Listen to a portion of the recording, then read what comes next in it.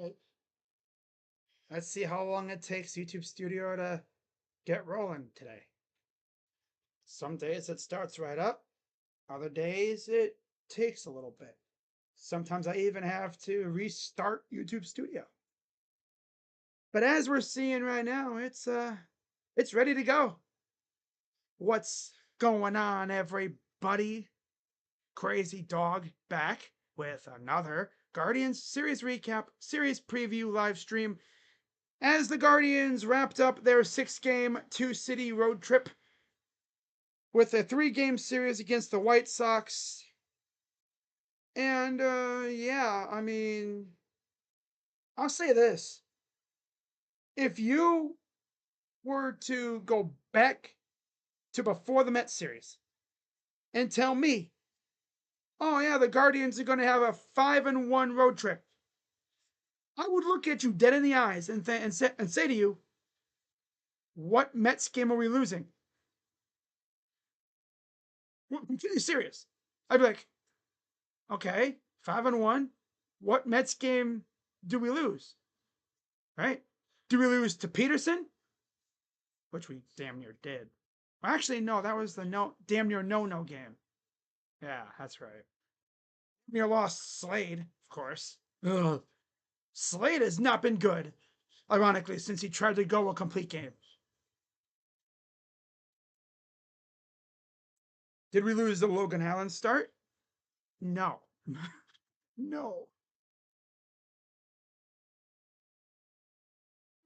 So yeah. Series against the Southsiders, the final series in the South Side of Chicago for the Guardians this year. The second to last series against the Sox this year. We face them again next month in Cleveland, and then that's it for the year. Now, if you've been paying attention to Chicago the last couple weeks since the trade deadline, but the All-Star break, all of a sudden this team turned into like a team full of Barry Bonds. All they've been doing is hitting nukes and hanks and freaking moonshots.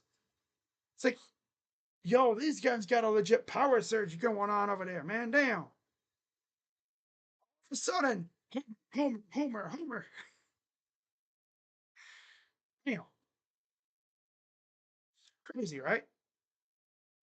See if the Sox play their cards right. I'll say they could be back in contention for the Central in. Let me check my calendar. 3 years? Maybe sooner? Maybe they have like one of those Linsanity run years like we have had where they come out of nowhere. Their main thing is, though, pitching. Yeah, pitching. I know they have some pretty good pitchers in the farm. And, I mean, if they can just wrangle together 5 solid starters, they could be a team to keep an eye on. But we'll see, though, because again, we've seen it before. The White Sox do this rebuild thing, and they completely fail at it. Like, they'll do a rebuild, they suck at it, they're like, this isn't going well. So they just tear that down and then redo it again. Right. Sox fans are kind of hoping that this rebuild doesn't go that long. That the last one went before they were good for like 3 years. Because the key is when you rebuild, you want obviously long-term success, longevity, right? You want to be good for as long as possible, and you want to maintain that success. You don't want to have it be like a 1 or 2 year insanity run. We've seen that before. In fact, the White Sox just freaking did that in the early 2020s. They had a couple really good years, including a Central Division championship. And then, boom, Hofstra just gets torn apart. And what did they get out of it? Well, they got a division championship. That's it. They didn't win a playoff round. think the one time, well, they actually, wait, did they beat the A's that year? Let me check. I'm actually curious. I know I streamed one of those games because that had to have been the longest freaking game I've ever streamed. That game took forever because of all the pitching changes. That was before they had the 3 batter rule, I believe. It seemed like every few batters a new pitcher was coming in. My God.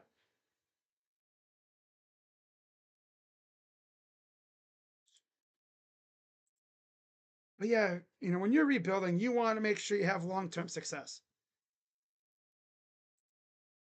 The Sox are trying to get that going again here.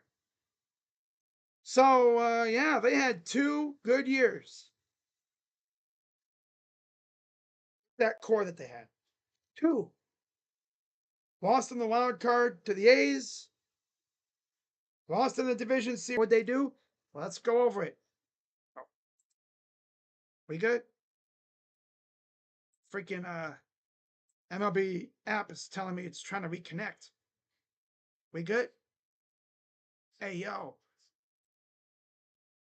YouTube Studios telling me no data. My internet off? Hang on. Gotta wait. Drinking the invisible bottle.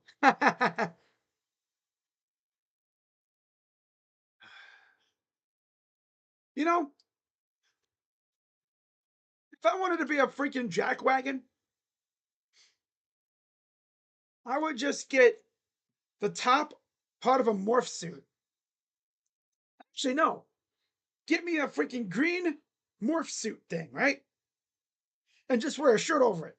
I'd be a floating shirt. Ooh.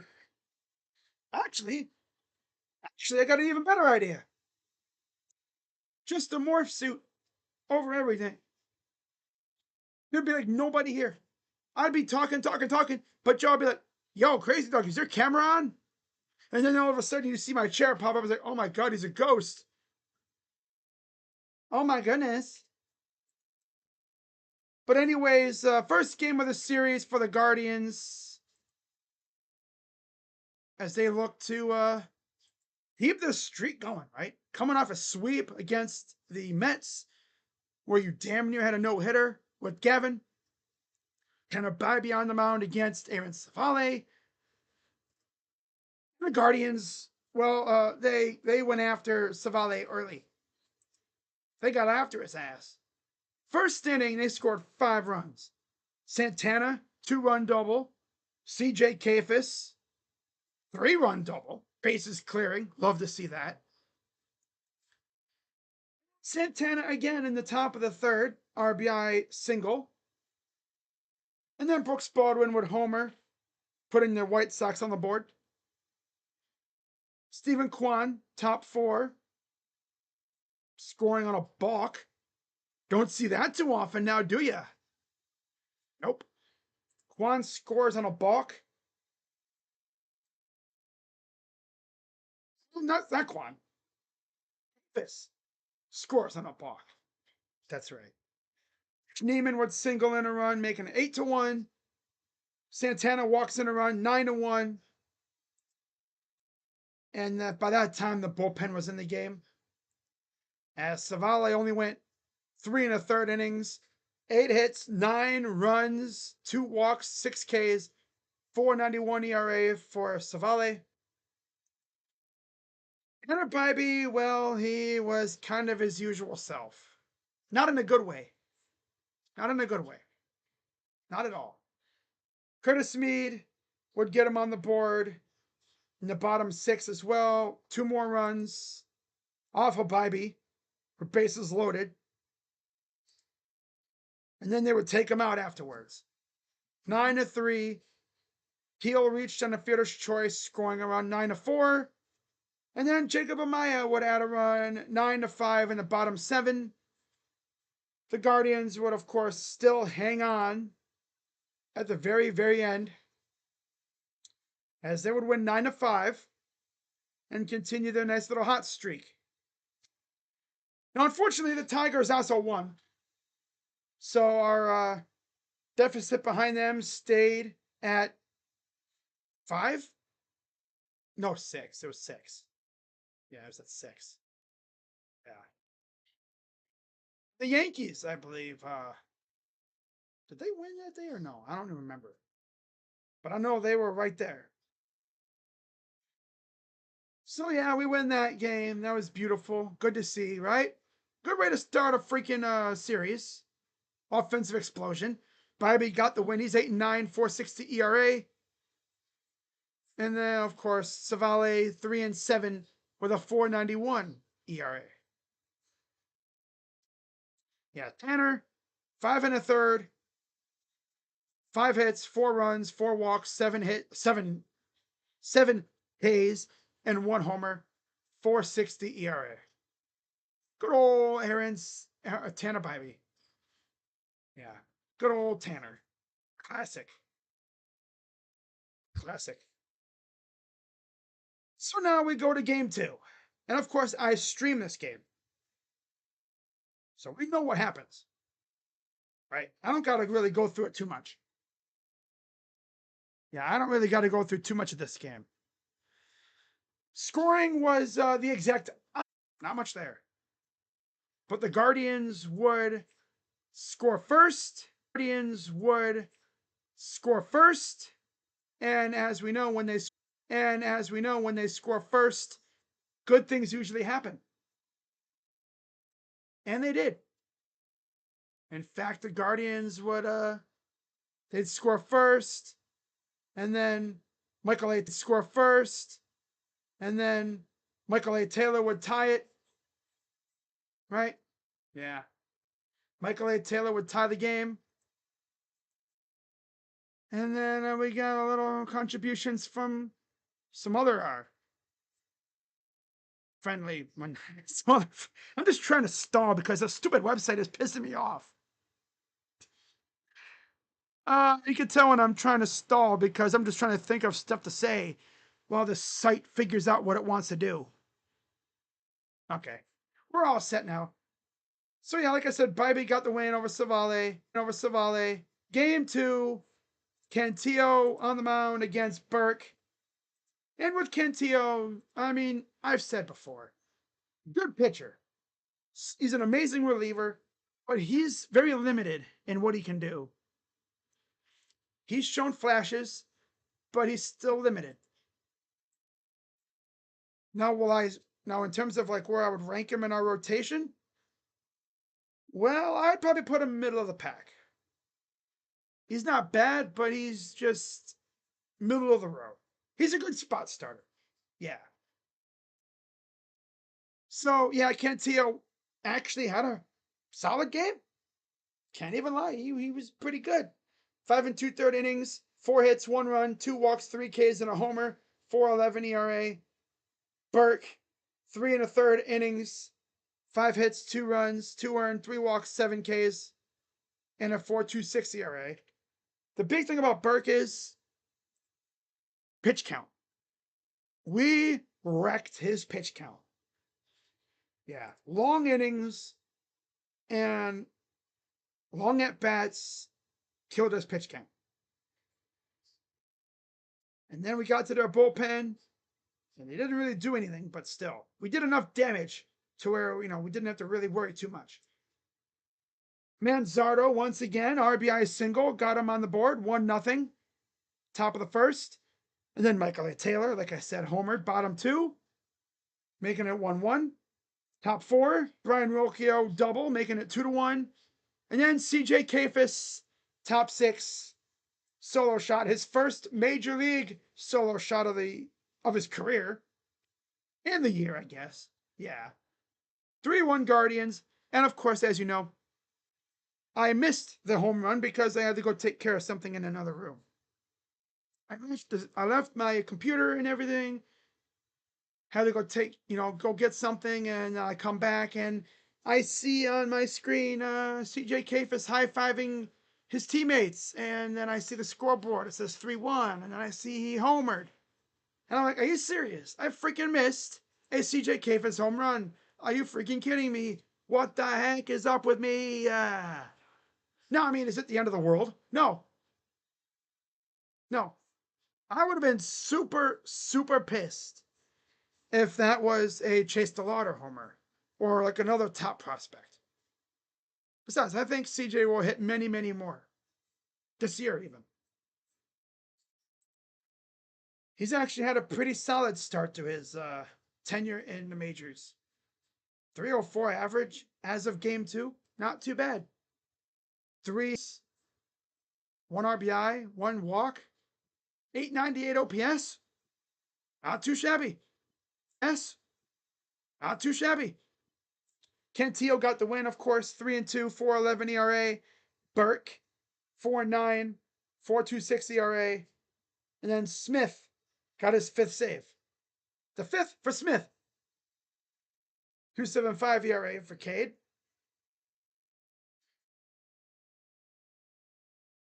Again, Burke, 3 1/3, 5 hits, 2 runs, 3 walks, 7 Ks, 4.26 ERA. Cantillo, 5 2/3, 4 hits, 1 run, 2 walks, 3 Ks, 1 homer, 4.11 ERA. So, yeah, he could be better, but solid game for Joey C.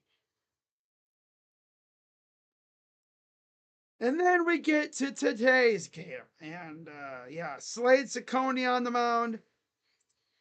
And ironically enough, he's been kind of bad since he tried to go a complete game. Yeah, he has not been good since then, ironically. And with Slade, in this game, it was clear from the beginning. He, how do I put this? I'm not going to say he stunk, because he kind of did. I mean, he was kind of ass. Let's be real. Yeah, location was not there. He was struggling. Damn fly's pissing me off. Hang on, I gotta kill a fly. Gotcha, dummy. Oh, I got you good. Yeah. All right, I gotta go take this stupid thing out. Be right back, guys.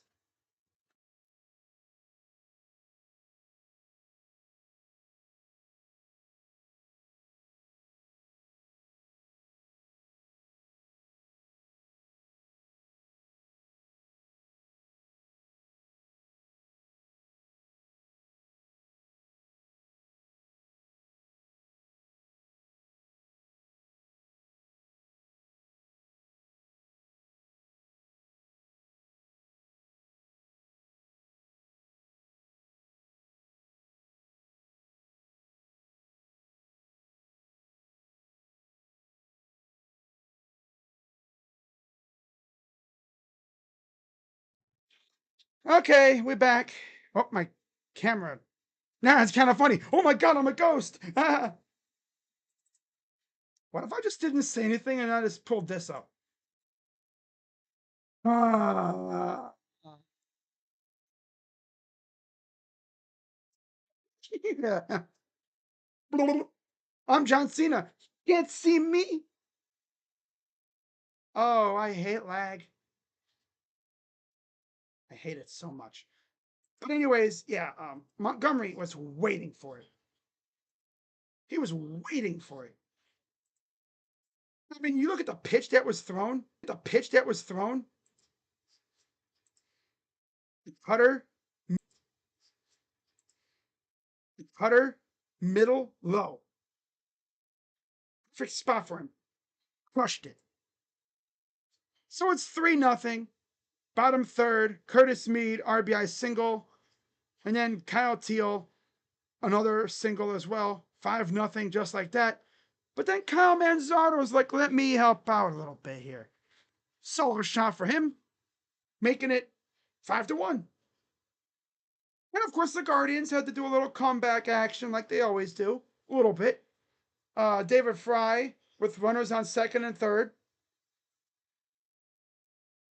Actually, bases loaded. He could have tied the game up. He got a base hit. That's all that matters. pinch hit 2-run double for David Fry. Gets him on the board. It's 5-3. And then bottom 6, as always, the Guardians give up a response run. It's 6-3. Lennon Sosa sac fly. Then Kyle Manzardo, top 7. Solo shot. His second home run of the game. And yet another. Yeah, and then another multi-homer game for Kyle. Love to see that. That's for sure. That is something that you absolutely love to see. Kyle's starting to rake. It's crazy too. He has 20 homers this year. And again, there's been times where he hasn't played most of the week. Like there's weeks where he only plays like twice. This Stephen Vogt still does that stupid platoon garbage where, oh no, we're facing a lefty. We can't have Kyle hit, even though Kyle's been starting to hit off of lefties.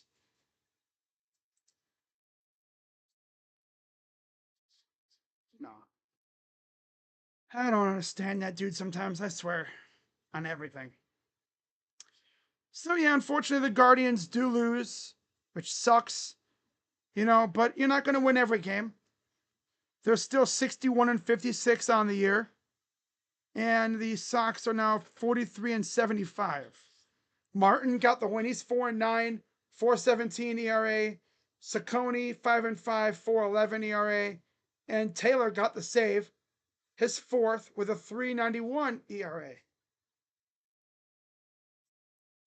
Now, it's funny too because right as Guardians fans are starting to kind of get agitated about this loss, right?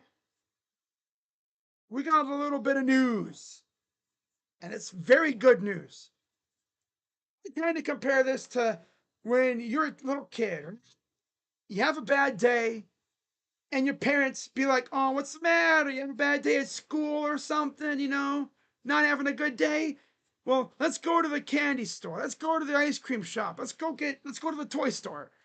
Well, shortly after the game, we got this as the Guardians are making some promotions in the system. From Guards Insider, and I quote, the Cleveland Guardians player development system has announced that the following players have been promoted from AA Akron to AAA Columbus. Travis Pizzana, the number 1 pick from last year. Tommy Mace, Ross Carver, and Cooper Ingle. Can't believe what I witnessed on Friday night was this Shadow Sanders during last year for Colorado. Yeah, I'm not talking about Shadow in here. Who the heck is Shadow? Shadow! Wow. Now, you take a look at the prospect list for the Guardians. Pisana, obviously, the number 1 overall prospect. He's in AAA now. He'll be in AAA with Chase DeLauder when he comes back from injury again. And then you look and you have like Juan Brito over there. I think he's coming off another injury. And then Khalil Watson in terms of hitters. So that's good to see. Andy Mace, I think he'll be up there. I don't know where they're going to put him. Maybe as a starter, which, if he's going to be a starter, does that mean we get a little promotion from Parker Messick? Now, that would be fun. That would be fun. Not going to lie. But yeah, I am extremely excited about Cooper Ingle, too. He's the number 6 prospect. A catcher. Now, what's interesting is, I actually looked this up. Bo Naylor has not even entered arbitration yet. So he's still got a couple more years left before we even have to really think about him being a free agent. David Fry will be ready to go next year. Back in the field. As all he can do now is hit. So I have to wonder. Do we see a pitcher tandem next year of Bo Naylor and Cooper Ingle at some point in the major leagues? Huh. Don't tease me with a good time. Straight up. Don't do that. Don't tease me. Don't you dare. But that's not all, too. We also got some promotions to Double A as well, essentially filling the holes vacated by the guys going to Triple A. As they also tweeted this out, the Cleveland Guardians player development system has announced that the following players have been promoted from High A Lake County to Double A Akron: Ralphie Velasquez, Jack Jaziak, Jacob Kozart, and Christian Knapsick. So again, you look down the system, and Kozart is, I thought he was in here. No. Oh, he's not in the top 30? Darn. I could have sworn he was in here. He's number 17. I was going to say he was in there. The heck? And that's the only. Oh, yeah, Ralphie, of course. Ralphie's number 9. So that'll be fun.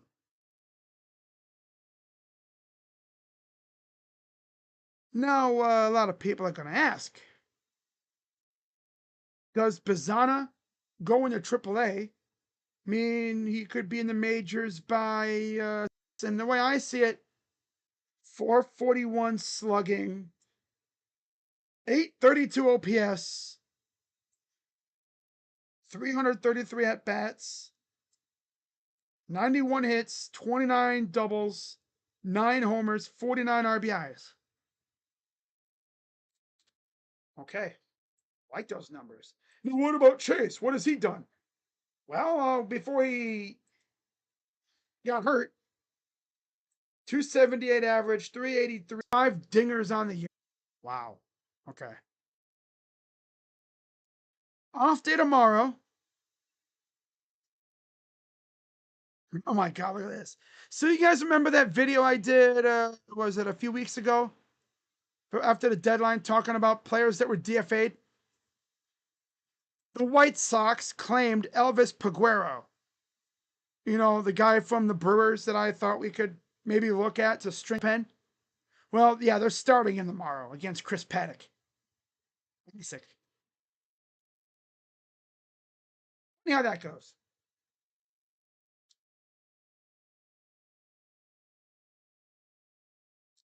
Now, August 12th, game 1, Jansen Junk versus Logan Allen. In fact, the only pitcher,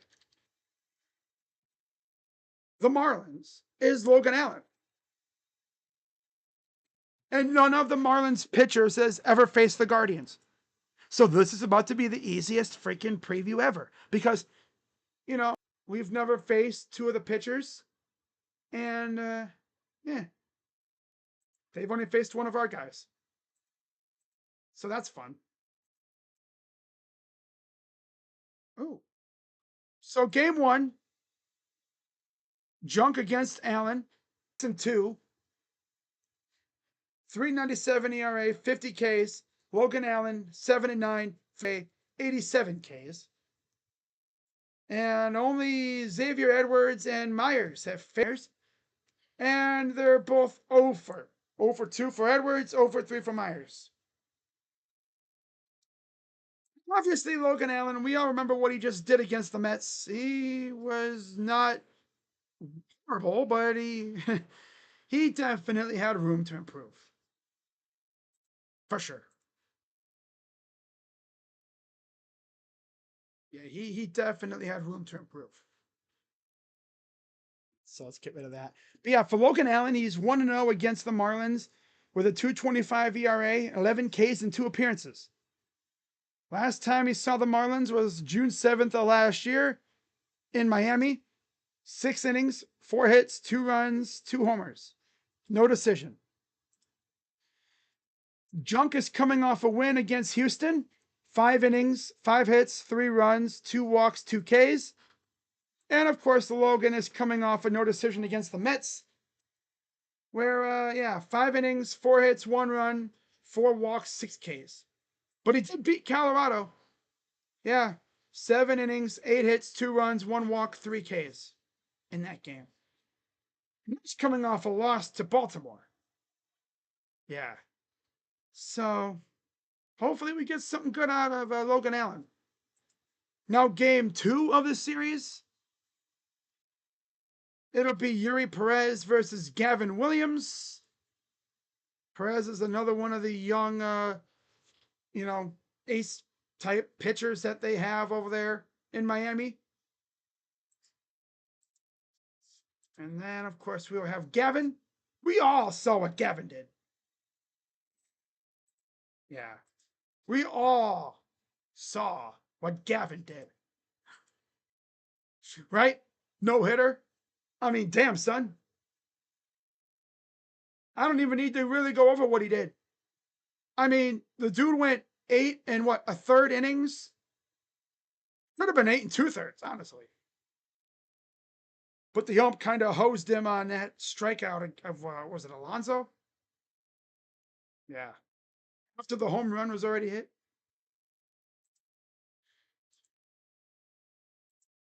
Obviously, we've never faced Perez, except Hedges and Santana have. But I believe that was with different teams. Yeah, because there was that 1 year Hedges wasn't on the Guardians. And I think that's when he faced Perez. Yeah. But anyways, he's over. And then Santana, over 3. And then, of course, they've never faced Williams. Perez is coming off a no decision, 5 1/3 innings, 7 hits, 5 runs, 2 walks, 1 strikeout against Atlanta. He actually did beat New York, 6 innings, 2 hits, no runs, 3 walks, 5 Ks. Again, he's really, really good. He's 4-1 in his last 7. Gavin, I don't even need to say anything. 8 and 2/3. So we actually did go 8 and 2/3. Wow. Okay. 8 and 2/3 innings. Wow. That's crazy. That's right. He went 8 and 2/3. And then they brought in a reliever. Was it Gaddis to get the final out? That's right. Yeah. 8 and 2/3. 1 hit, the homer, 4 walks, 6 Ks. Got the win over the Mets. The Mets have been in a free fall, so that's just tough, right? That was coming off back-to-back no decisions against Kansas City and Minnesota. So you know damn well that felt good. Oh yeah, that felt amazing for him, I'm sure. And then, by the way, Perez 4-3, 3.25 ERA, 52 Ks. Gavin 7-4, 3.17 ERA, 123 strikeouts.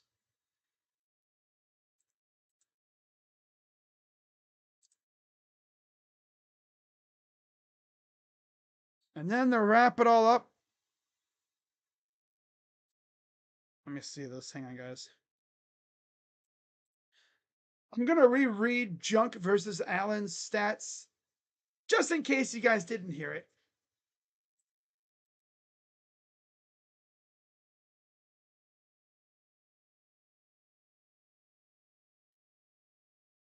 But yeah, the final game of the series, Edward Cabrera, 6-5, 3.08 ERA, 114 Ks. Tanner Bibee, 8-9, 4.60 ERA, 119 Ks. And again, only Nolan Jones and Santana have faced Cabrera. Jones is 0-2. Santana's 143 average. So again, they've never faced Bibee. This should be an interesting one as always. But yeah, Logan 7-9, 3.96 ERA, 87 Ks. Junk 6-2, 3.97 ERA, 50 Ks. That's kind of funny. Their ERAs are separated by one freaking point. 1/100th of a point.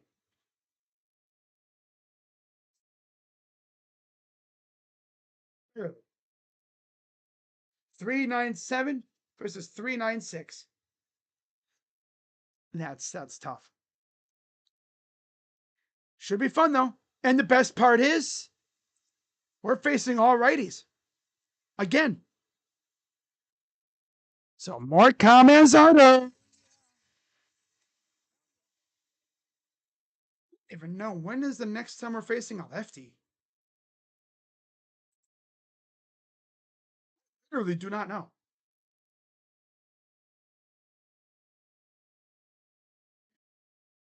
It might be on the 15th against the Braves.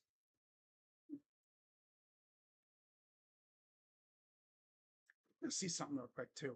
Anyways, Edward Cabrera, who I've said many times is an absolute demon on MLB The Show. I remember when he first came into the league, every single MLB The Show content creator was raving about how demonic he is on the game. Like, he was insane.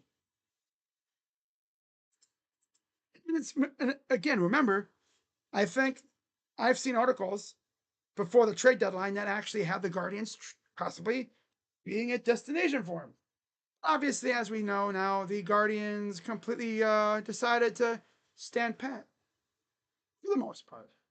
They did trade away a couple players, but yeah, they didn't really contribute much. You know, Paul Sewald kind of stunk. You know, whatever. Shane Bieber kind of hurt me in the feels, but yeah, I'm not gonna really complain about Shane. You know, he was coming back off Tommy John. He wasn't gonna stick around here most likely, especially if he came back and he was shoving like an ace, because we already know he wasn't gonna stick with that option. He was gonna decline the option and go elsewhere. That was probably the plan all along. So at least we got something for him. That's good. Edward Cabrera, 1-0. He's coming off back-to-back wins. 8 innings, 2 hits, 1 run, 1 walk, 11 strikeouts against Atlanta. Sheesh. That's crazy. And then, of course, Tanner Bybee, you know what he's been up to. He came off his second win in the last 3 outings. 5 1/3 innings, 5 hits, 4 runs, 4 walks, 7 Ks. Yeah, he still had a little trouble maintaining the lead, but luckily we were able to maintain our 9-run difference pretty much. Like, you know, we scored 9, that was enough. But yeah, overall, he's actually a 4-1 in his last 7 games. That's actually insane. All of a sudden, he's starting to get wins again, eh? That's true. I mean, you look at July, he did go technically 3-1 in July with a no decision against Houston. Lost to Chicago because, of course, we all saw that game, right? I streamed it. Beat the White Sox, beat Baltimore, beat Kansas City. No decision against Minnesota because of freaking course. And then he beat Chicago again. So actually, well, no. He's 2-0 against the White Sox this year. Yeah. July 12th, and then this series. Now, he might face him again next month, too. That could happen. But yeah, Bybee 119 Ks, Cabrera 114, Bybee 8-9, 4.60 ERA, Cabrera 6-5, 3.08 ERA. Should be a solid matchup. Especially considering these teams don't really know these pitchers. So I bet you the first 2 times through the order, it's going to be a lot of feeling out. Maybe some guessing in there. And yeah. I wouldn't be surprised if we struggled first time through the order or 2. But we'll see if they lock in. Right? Best part is they're all righties, so we should hopefully see this demonic lineup all series. This lineup has been perfect, and I hope they don't change it. Don't change a thing. Steven Vogt, if you're listening to this for some dumb reason, what are you doing, bro? You should be preparing for the Marlins. But if you're listening to this, Steven, don't change a thing about the lineup. Not a thing. In fact, duct tape Nolan Jones to the bench. Don't let him off the bench at all. Keep this lineup as it is. Maybe if you want to put, you know, Carlos at first base or something with Kafis out there in right field, maybe you DH Kyle or you put Kyle at first base. You know, do what you do. But that is pretty much going to wrap it up for this one, guys. And yeah, should be a fun series on Tuesday. And I know you guys are probably curious. Am I streaming any games tomorrow? Well, let's take a look and see what games are on the docket for tomorrow. Walker Abbott, Cincy Philly? No. Matthews and Warren, Yankees and Twins? Sucks. No. Heaney and Quintana. Brewers and Pittsburgh. Nah, I'm not going to do that game. Yeah, I think I'm just going to take tomorrow and just relax. I wish Crochet and Javier was on TV. That would have been a banger. I would have probably streamed it. Crochet versus Christian Javier.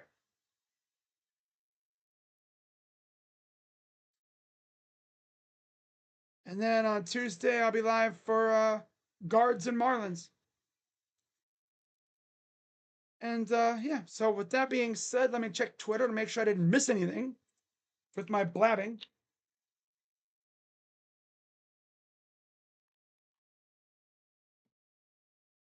All right.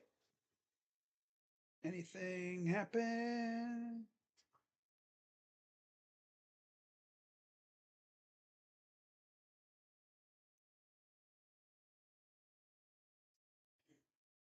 Doesn't look like it. Okay. All right.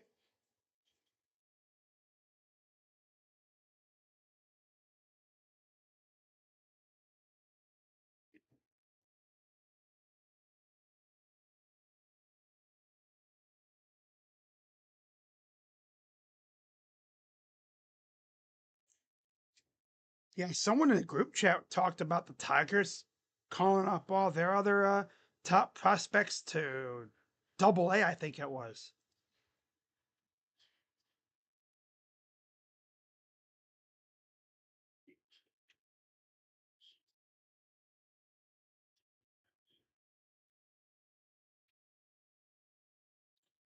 Yeah, someone's like, yeah, draft pick related.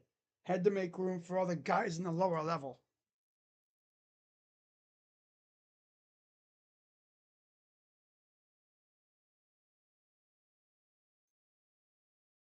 All right, guys. I'm gonna head out of here and I'll see you guys probably on Tuesday, where I will be doing the Guardians and Marlins game, but also my Browns and Eagles game preview. Should be fun. So with that being said, I'm Crazy Dog. Let's go Guards.